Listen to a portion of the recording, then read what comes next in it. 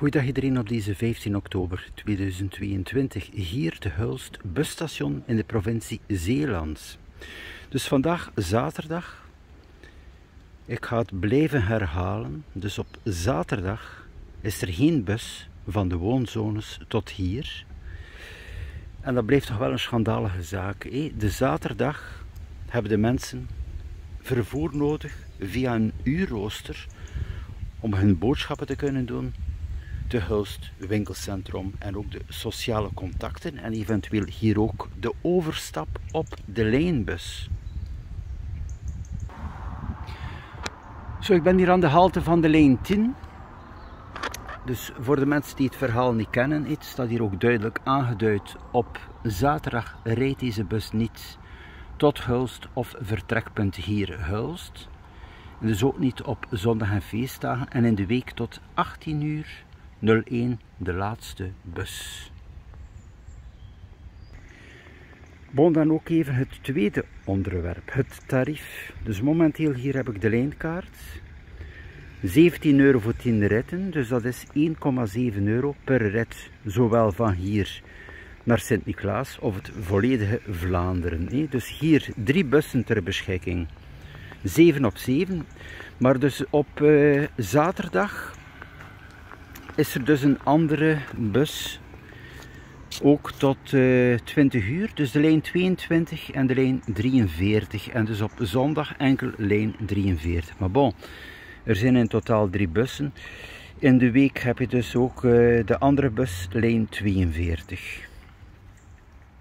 Dus het tarief 1,7 euro. Hier heeft men tijdelijk de 10 rittenkaart ingevoerd in de periode van de vakantie. Dus ook dergelijk systeem, maar dan wel digitaal. Nu is dat er terug niet. Dus wat gebeurt er als je dus een rit wil nemen van hier naar Vogelwaarde? Betaal je ongeveer 6 euro per rit. Dus heen en terug is het ongeveer 12 euro. Dus dat is veel te duur om even in de bus te zitten. 12 euro heen en terug, dat is geen openbaar vervoer meer. Bon, aansluitend op dat kan ik daar ook nog tonen dat in Steken, dus daar is ook de lijnbus, daar is het gratis op zaterdag. Dus ik heb hier die ticketten bij de hand. Dus in Stekenen kan je die ticketten van de lijn gratis afhalen. Geldig op zaterdag kan je dus naar de markt van Stekenen je boodschappen gaan doen, terugkeren. Met dergelijke ticketten van de lijn. Ik heb er heel wat. Ik ben er al mee geweest. Ik vind het ook een bijzonder goed initiatief. Het is ook zo, men gebruikt minder de auto.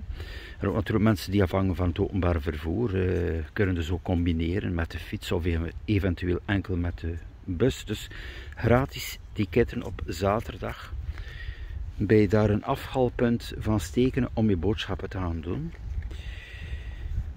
Maar bon, hier is er al geen bus, dus het is een serieuze problematiek. Je kan het zelf niet zeggen, we kunnen het gratis doen. Er moet eerst een bus aanwezig zijn. Bon, dan heb je hier zo'n OV-chipkaart. Dus je moet dat opladen. Ik zeg nu bijvoorbeeld, je laat dat op 50 euro. Maar bon, na een week is die 50 euro erdoor. Dus iedere keer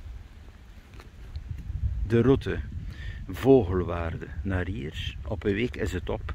En als je een soort abonnement neemt van Zeeland Voordeel, ook veel te duur, ben je aan 130 euro per maand. Maximaal zeggen ze dan, maar het blijft veel te kostelijk. U wint dan misschien wel een euro of 2 uit als je boven de 20 euro bent, maar het is veel te duur. Dus wat heb je hier dan wel op zaterdag? De lijn 19 naar Breda. Via Antwerpen. Dus die lijn is 7 op 7 van dit punt hier. Maar die lijn is niet nuttig om de bevolking hier, de woonzones, te bedienen, want er is geen bediening. Dus je moet op eigen kracht al gaan tot hier om vervolgens die lijn 19 te kunnen nemen. Bon, de lijn 19 is wel noodzakelijk voor de studenten, ook het dagtoerisme. De bus stopt ook in Antwerpen, dat is een interessante lijn. Men spreekt van die lijn eruit te halen. dat het te kostelijk is bij de provincie. Dus als die lijn 19 wegvalt, dan blijft er nog de lijn 20 over. En die lijn 20 gaat naar Goes via Axel en Terneuzen. Dus doet volledig geen woonzones. Dus men is totaal zonder openbaar vervoer.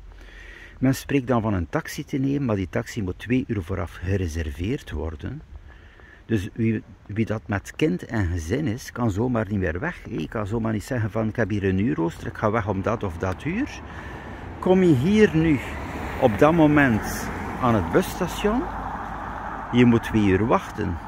Voor zo'n haltetaxi 2 uur wachten en dat komt maar ieder opvolgend uur met 2 uur ertussen. Dus je kan hem ook niet reserveren wanneer je wilt. Dus men is totaal geïsoleerd. Dus als men kijkt naar mijn video daar van 15 kilometer verder te Sint-Niklaas, je hebt daar 10 bussen per uur. En nog even belang ook, men mag niet zeggen dat Hulst klein is. Die bus is ook voor Terneuzen, dus die bus eenmaal per uur is zowel de bediening van Terneuzen en Hulst samen. Hè. Dat is ook meer dan 80.000 inwoners. Zo, en hier dan de halte van de buurbus is ook te zien in de week. Toon ik soms buurbus. Chauffeur die vrijwillig is, die niet betaald wordt, die de route doet van Ossenisse tot Klinge de Sterre. Een bepaalde route richting van de Westerschelde, maar die mag niet in de woonzones komen zoals Vogelwaarde en zo. Die heeft een vaste route, dus daar is er ook geen oplossing mee dat men meer woonzones kan mee bedienen. Hè. Dus ook zit men totaal vast. Dus opnieuw, de woonzones zijn het slachtoffer, hebben in principe ja, geen enkel openbaar vervoer buiten die lijn 10. Zo, het was nog even interessant opnieuw een overzicht te geven. Er zijn er al zoveel. Er is dringend openbaar vervoer nodig. Ik vind het gewoon schandalig. Op zaterdag dat je gewoon met kind en gezin niet vrij naar Hulst kan komen om je boodschappen te doen. Het gaat niet alleen maar om boodschappen bij de supermarkt, maar gewoon een keer een wandeling in de Gentse straat. Een keer genieten van de winkels daar. Je zit volledig vast. En zaterdag is het toch wel een van de belangrijkste dagen om een uitstap te gaan doen met kind en gezin. Zo, beste mensen, was nog een keer een update over Hulst busstation. Tot de volgende.